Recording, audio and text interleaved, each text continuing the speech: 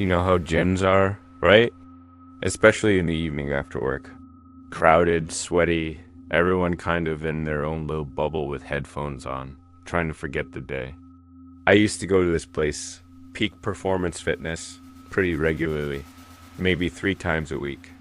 It was your standard gym, nothing too fancy, nothing too rundown, but it had a bit of a reputation if you listen to the locker room chatter. Vague stories about that one guy who was always a bit too intense. I'm mostly stuck to the cardio machines, treadmill, elliptical, and then maybe some light weights.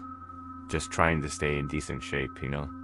I'm a woman, and usually I just want to get my workout done, feel good, and then head home without any fuss. That was the plan, anyway. It started about a month after I joined. This guy. He wasn't one of the official trainers. They all wore those bright yellow Peak Performance staff shirts that you couldn't miss. He was just there. Remember, I guess, older, maybe late 40s, kind of paunchy around the middle, but with that wiry, deceptive strength some guys have. At first, it was just him being nearby, something I barely registered.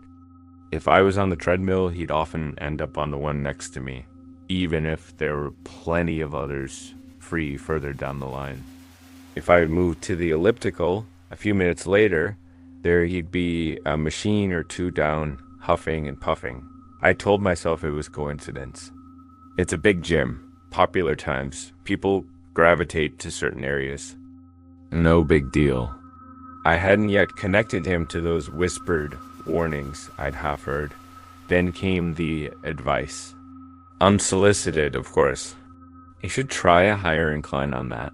Really works the glutes, you know, he'd say, leaning over while I was mid-stride, headphones on, making me jump out of my skin.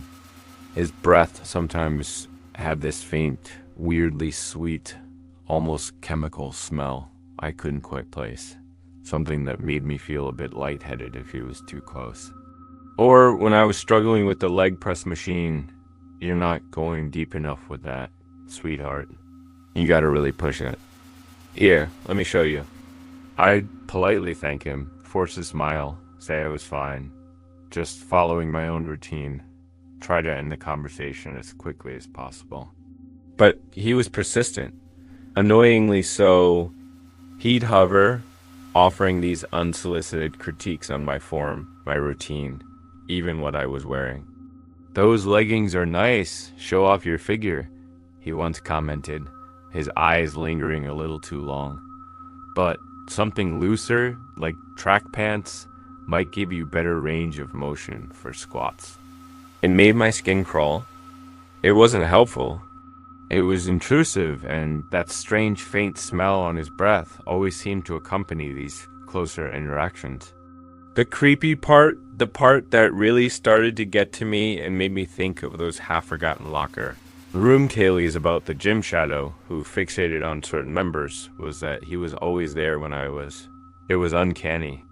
If I switched my workout days from Monday, Wednesday, Friday to Tuesday, Thursday, Saturday, he'd somehow be there on those days too, within a week. If I tried coming an hour earlier or an hour later, sure enough, after a short while, his schedule would mysteriously align with mine again.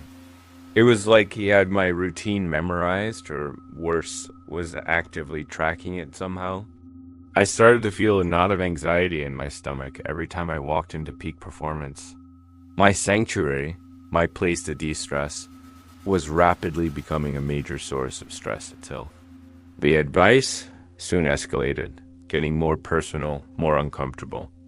He'd stand closer when he talked. That faint, sweetish chemical smell, sometimes stronger. His comments about my body became more frequent, always thinly disguised as workout tips. You've got a good frame, you know? Could really build some impressive muscle in your arms if you focused on these exercises. It was always delivered with this oily, knowing smile that didn't quite reach his eyes. His eyes were flat, watchful, like a lizard's. Then came the touching. It started small, almost deniable, the kind of thing that if you complained, would make you look like the crazy one. A helpful hand on my lower back to correct my posture while I was doing rows. His fingers lingering a fraction of a second too long, sending a jolt of revulsion through me. A light tap on my shoulder to get my attention. Even though I had my headphones in and was clearly in the zone, trying to signal I didn't want to be disturbed. Each time, it felt like a violation, an intrusion into my personal space. I'd flinch, pull away, give him what I hoped was a clear. He'd just chuckle, a low, rumbling sound, like I was the one being overly sensitive, a bit silly. Just trying to help you get the most out of your workout, darling. No need to be shy. That darling felt like a slimy caress. I complained to the front desk once after a particularly unnerving incident where he de-spotted me on the bench press without me asking his face way. Too close to mine, that weird smell on his breath making me feel dizzy. A young guy, probably a college student working part-time, just shrugged, looking bored. "Is he a member?" he asked. I said yes. I assumed so. Well, we can't really stop members from talking to each other, can we? As long as he's not, threatening you or anything. No help there. I felt completely on my own, dismissed. My friends told me to just tell him to F off, be more aggressive, make a scene. But I'm not really like that. And honestly, he made me genuinely nervous. There was something in his eyes, a kind of flat, persistent, almost obsessive intensity that was deeply unnerving. I worried that confronting him too harshly might make things worse, might escalate whatever twisted game he was playing. The urban legend of the gym shadow always ended with the target either quitting the gym or something worse happening. The final straw, the moment I knew I couldn't take it anymore, came one evening. I was using the lat pull-down machine, facing away from the main gym floor, trying to lose myself in the music. He came up behind me, silently, like a phantom. I only knew he was there when he spoke, his voice right by my ear, warm and moist, making me jump nearly out of my seat. "You're tensing your shoulders too much, see?" He murmured, that sickly, sweet smell washing over me. And then, before I could react, before I could even process what was happening, his hands were on my shoulders, his thumbs pressing hard into my muscles, supposedly helping me relax. His fingers brushed against the bare skin of my neck. I froze. This wasn't a light touch. This wasn't accidental. This was a deliberate, controlling, completely unwanted physical contact. I ripped my headphones off, stood up so fast the weight stack clanged loudly, drawing a few glances from nearby exercisers. "Get your hands off me," I hissed, my voice shaking with a mixture of fear and fury that surprised even me. "Leave me alone. I don't want your help." He actually looked surprised for a split second, as if he genuinely couldn't understand why I'd react that way, as if I were the one out of line. Then that oily, infuriating smile spread across his face again. "Hey, easy there. Just trying to be friendly, teach you a thing or two. Some girls appreciate a man who knows his way around the gym." He didn't seem to care that I was visibly upset that other people were starting to look our way with curiosity. He had no shame, no sense of boundaries. He was the embodiment of the creepy gym legend. I grabbed my water bottle and towel and walked straight out of the gym, not even bothering to go to the locker room to change. My heart was pounding, my hands were trembling. I never went back to peak performance fitness. I canceled my membership the next day over the phone, not wanting to risk seeing him again, not wanting to even step foot in that place that now felt tainted, unsafe. I still don't know what his deal was, what his ultimate aim might have been. Was he just a lonely, socially inept, boundary-ignorant creep who thought he was being charming? Or was there something more malicious, more predatory behind it? The way he always knew my schedule, The way his behavior slowly, methodically escalated from annoying comments to unwanted physical intrusion. It felt like a calculated grooming, a deliberate testing of boundaries, seeing how much he could get away with. I teased stalking, plain and simple, under the guise of helpfulness and gym camaraderie. In the gym, a place I went to feel strong and clear my head, became a place where I felt vulnerable, targeted, and preyed upon. It is a stark reminder that sometimes the most dangerous people aren't the ones who shout and make a big scene.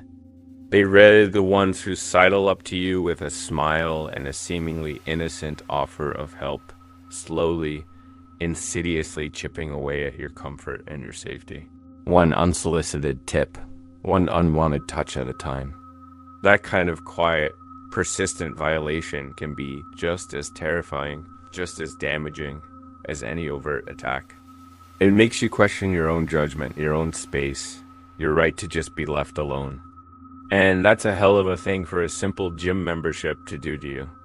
I learned that day that creepy has many faces, and some of them look disturbingly normal. Just like the guys from those unsettling urban legends you hear about and hope are never true.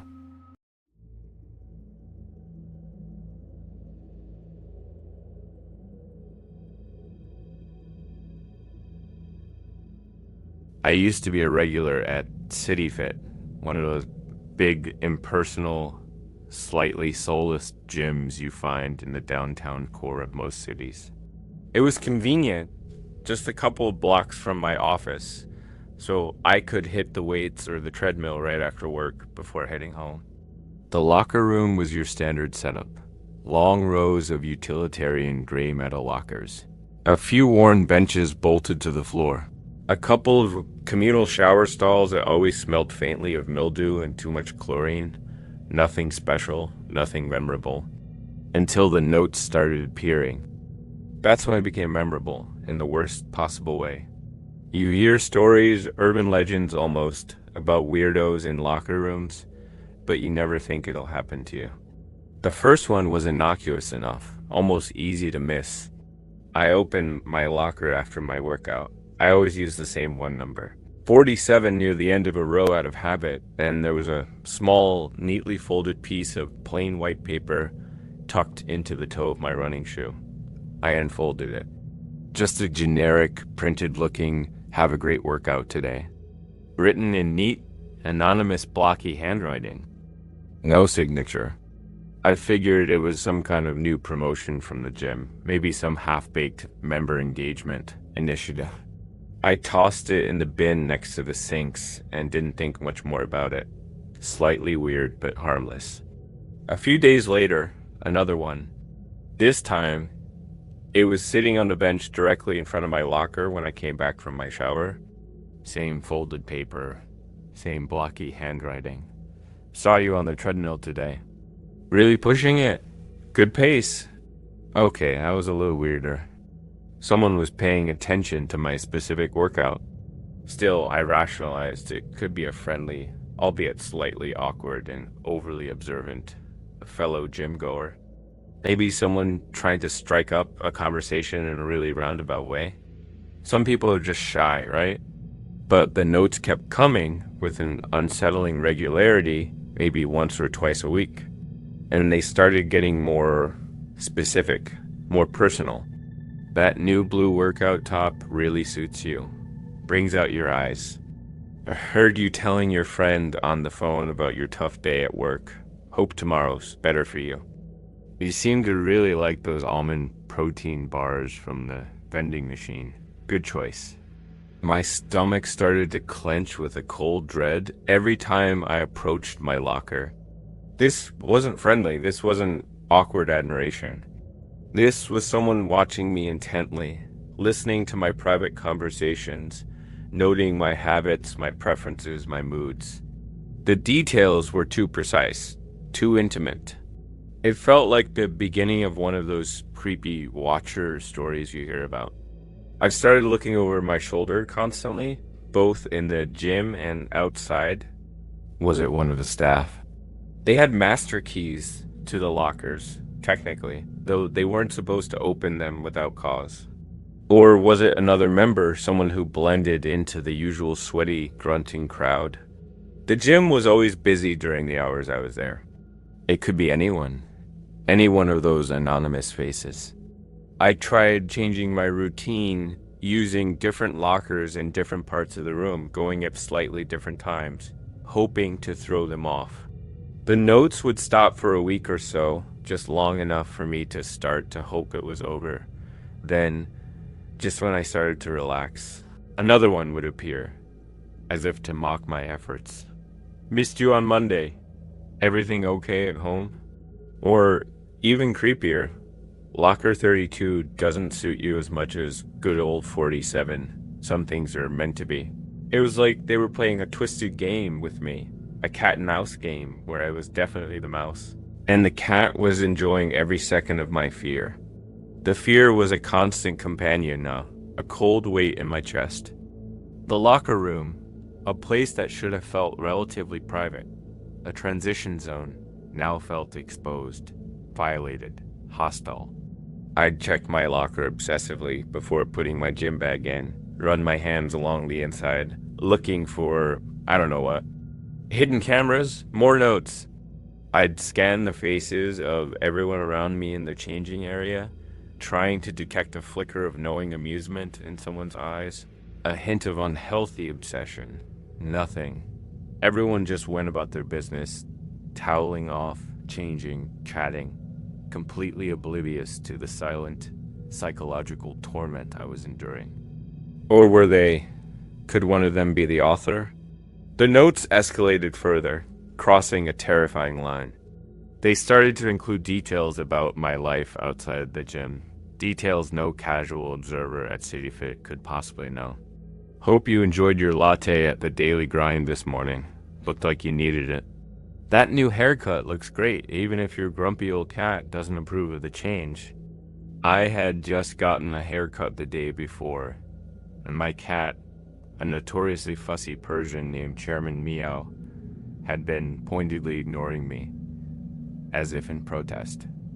I'd only joked about it with one friend, not at the gym. How could they know these things? Were they following me home from the gym, or from work? Were they hacking my social media? Even though all my accounts were set to private, the paranoia was suffocating, overwhelming. I felt like I was living in a fishbowl, every move, every word, every small personal detail scrutinized, recorded, and thrown back at me in these anonymous, terrifying little notes. This was beyond a gym creep. This was a full-blown stalker. I finally reported it to the gym management, my voice shaking as I recounted the escalating harassment. They were sympathetic, or at least pretended to be, but were ultimately, predictably, unhelpful. We can't monitor every member, every interaction, the assistant manager said, a young woman who looked barely out of college and clearly out of her depth. Maybe it's just a secret admirer with a really weird, misguided way of showing it. Some people are just odd. A secret admirer? This felt less like admiration and more like a prelude to something much darker, much more dangerous. They said they'd increase staff patrols in the locker room, but I never saw any noticeable difference. I felt dismissed, unprotected, like another character in a cautionary tale that management wanted to ignore. The crime here wasn't theft of property, not in the traditional sense. It was the theft of my peace of mind, of my security, of my sense of safety in the world. It was psychological warfare, a systematic, insidious dismantling of my sense of privacy and autonomy. The notes were the weapons, each one a small, sharp stab of fear. The breaking point, the moment the creeping dread turned into raw, visceral terror, came when I found a note that wasn't just text. It was a small, crudely drawn map. A map of my apartment building's floor plan, clearly copied from the fire escape diagram in the lobby, with a bold red X marking my specific unit, number 3B.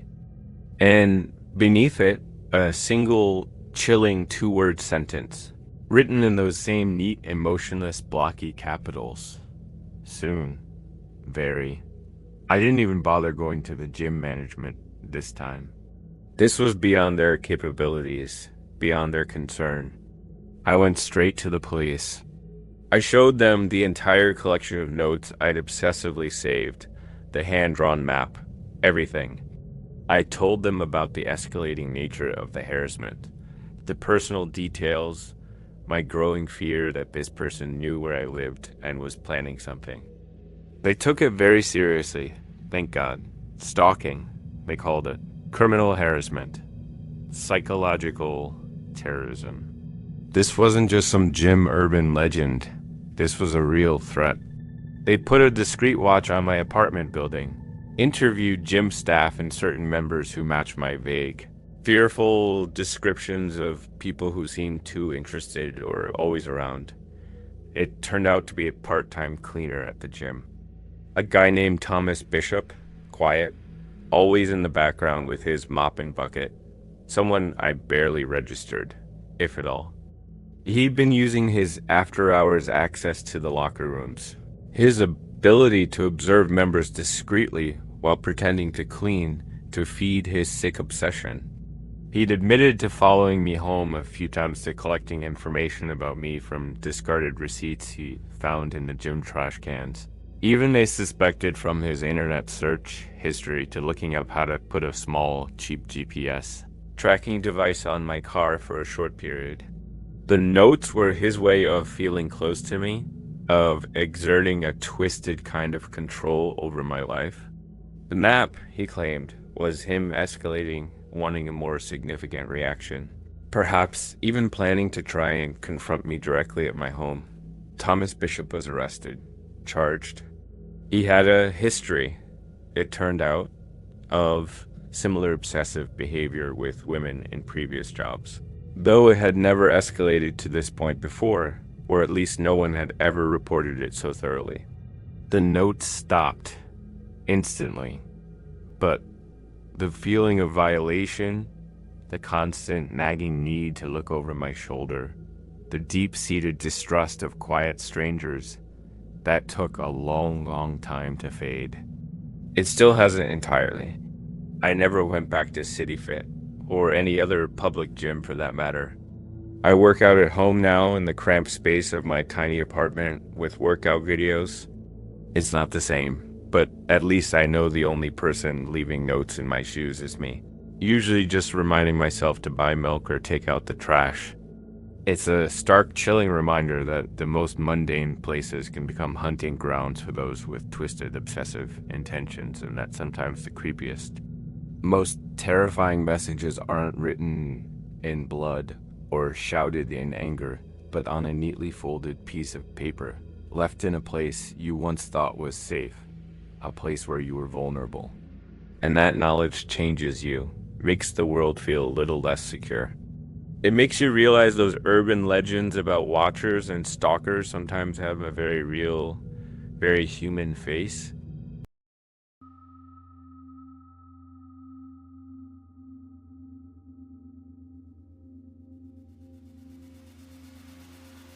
I've always loved a good steam room session after a hard workout, especially in the cold winter months. That thick, wet, enveloping heat, the smell of eucalyptus they sometimes put in the steam dispenser. It just melts the stress and the muscle aches away. Or well, it used to.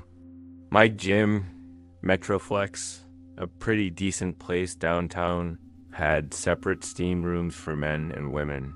Pretty standard setup. All tiled from floor to ceiling, with a heavy glass door that always seemed to hiss when it closed. Mine, the women's, was usually pretty quiet, especially if I went late in the evening after the main rush, which I often did specifically to avoid the crowds and have the place to myself for a bit of peace. Just me and the hissing steam, a small, tiled, blissful sanctuary, or so I thought. Lately, though, it hadn't felt so sanctuary-like, more like a trap. It started with a feeling, a subtle shift in the atmosphere that's hard to describe. You know that prickle on your skin? That sixth sense that tells you you're not alone? Even when you think you are, even when you can't see or hear anyone else. I'd be sitting on the tiled bench eyes, closed head back against the warm tiles, letting the steam envelop me, trying to meditate and clear my head, and I'd get this distinct unnerving sensation that someone else had entered the steam room very, very quietly and was standing just a little too close for comfort in such an intimate, enclosed space.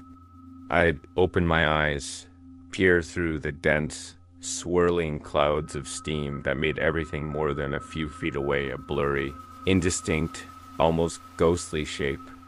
Sometimes I'd see a vague, shadowy outline of another woman, but the steam was so thick, the lighting so dim and diffused, it was hard to make out any features, or even how far away they really were. Other times, nothing at all. Just the rhythmic hissing of the steam vent and the slow, steady dripping of condensation from the ceiling tiles.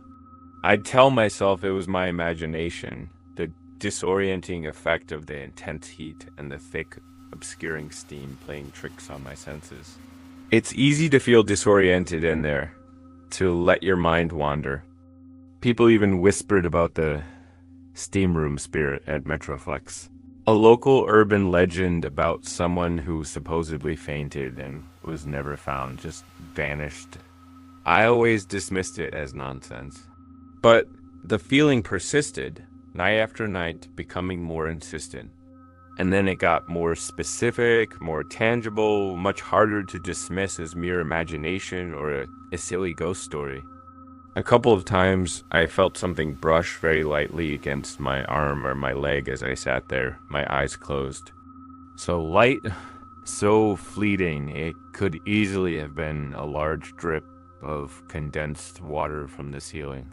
Or perhaps my own hair, damp with sweat and steam, falling against my skin. But it happened when I was sure no one was visibly near me, when I thought I was alone. I'd jerk away, my heart suddenly pounding a frantic rhythm, look around wildly, my eyes straining in the steamy gloom. The steam would swirl, revealing nothing, or maybe just the back of someone, a fleeting glimpse of a towel-wrapped figure disappearing silently through the heavy glass door. My heart would be pounding a frantic rhythm against my ribs. Was I being paranoid? Was I just overly sensitive to accidental contact in a small, shared, steamy space? Then there was the breathing. Sometimes above the constant loud hiss of the steam I'd hear it, or think I heard it. A soft, rhythmic, almost stealthy breathing, too close, too regular, too other to be my own. Especially when I was consciously holding my breath, listening intently, every nerve in my body on high alert. It would seem to come from right beside me or just behind me, from within the thickest part of the steam where visibility was absolute zero. When I'd finally pluck up the courage to call out, my voice sounding small and shaky in the enclosed space. Hello, is someone there? Immediate, dead silence. Or maybe, just maybe, a soft splash, a tiny sound, as if someone had moved quickly, silently, away, startled by my voice. It was incredibly, deeply unnerving. The steam room, a place I once associated with relaxation and peace, was rapidly becoming a source of intense anxiety, of creeping, insidious dread. I started to dread going in, my stomach knotting up with apprehension as I approached the door. But I also didn't want to let this, whatever it was, whoever it was, chase me away from something I enjoyed, something I paid good money for as part of my membership. I tried going at different times of the day, hoping to avoid this person if it was a person. It didn't matter. If the steam room was relatively empty, that feeling of being watched, those fleeting, ambiguous, unsettling sensations, would eventually start. I racked my brain trying to figure out who it could be. Another member playing some kind of sick, perverted prank, getting their kicks from making someone uncomfortable. But the consistency, the subtlety, the sheer escalating creepiness of it, it didn't feel like a prank. It felt more predatory, more calculated. Was it someone deliberately trying to be creepy to get some kind of sick thrill from making someone uncomfortable, vulnerable in such an exposed, intimate setting? The steam room is a place where you're often alone, undressed, or nearly so, relaxed, your guard down. A perfect hunting ground for a certain type of quiet, insidious creep, the kind who enjoys the fear they instill. The crime here wasn't overt, not yet, not something I could easily point to and say, that's assault. Or, that's harassment. It was a constant, low-level psychological torment, an invasion of personal space and peace of mind that was all the more terrifying because it was so hard to pin down.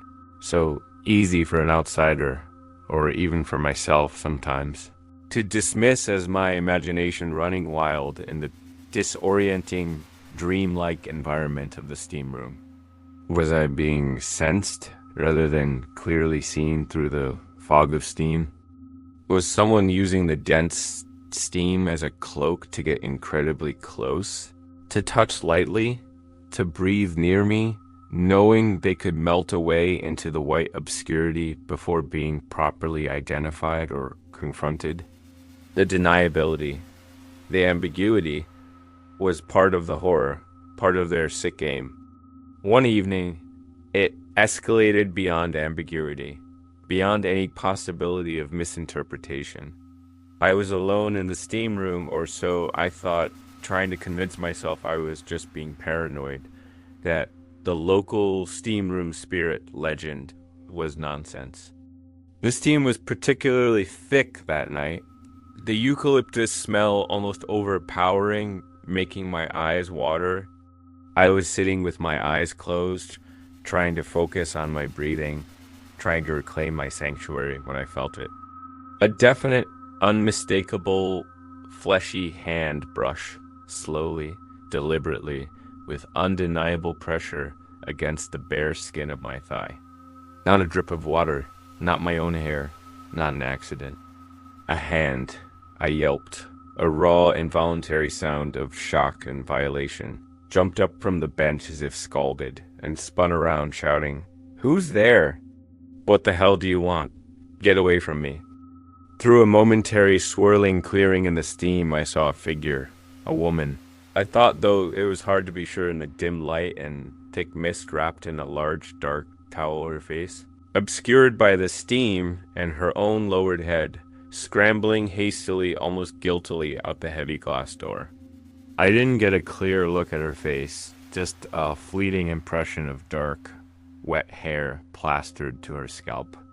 By the time I'd grabbed my own towel, my hand shaking with a mixture of adrenaline rage and profound disgust, and stumbled out into the brighter, cooler, suddenly too public locker room, my heart hammering against my ribs. The area beyond was empty. Whoever it was had vanished, melted away like the steam itself. I reported it immediately to the gym staff at the front desk, my voice still shaking, my words tumbling out in a torrent of fear and anger. A young woman, barely out of her teens, with a name tag that read Tiffany, listened with an expression of carefully neutral, almost bored politeness. "It's very steamy in there, you know," she said, with a little dismissive shrug when I'd finished. "Sometimes people bump into each other by accident. Visibility is very poor in there." Accident? That was no goddamn accident. That was a deliberate, violating touch. But what proof did I have? None. Just my word, my fear, my sense of profound violation. She promised to mention it to the manager when she came in tomorrow. I doubted anything would come of it. I felt dismissed and validated and suddenly very, very alone. I stopped using the steam room at Metroflex after that. The risk, the feeling of violation, the sheer disgusting creepiness of it was too much. My sanctuary had been defiled. I still wonder who it was. Was it always the same person? What was their sick motive? Just a thrill from illicit anonymous touching, from frightening someone in a vulnerable state? Or were they testing boundaries, seeing how far they could go before someone reacted strongly, before someone caught them? The lack of clear visibility, the anonymity afforded by the dense steam, made it a perfect environment for a certain kind of predator. One who enjoys the subtle terror, the deniable contact, the insidious power imbalance. It made me realize that even in a gender-segregated space, a space supposedly designed for women's comfort and safety, you're not always safe. Not even from other women, if that's who it was, or from anyone with predatory intent. And sometimes the creepiest shadows aren't in dark alleys or lonely streets, but in clouds of warm, obscuring steam, where a touch can be dismissed as an accident, and a silent watcher, a silent groper, can remain unseen, their presence only a chilling breath on your skin, a fleeting, violating touch in the fog. It's the not knowing for sure. The self-doubt deliberately cultivated by the perpetrator mixed with genuine, visceral fear that makes it a truly real and deeply disturbing kind of horror. It makes you question every shared, enclosed, supposedly private space.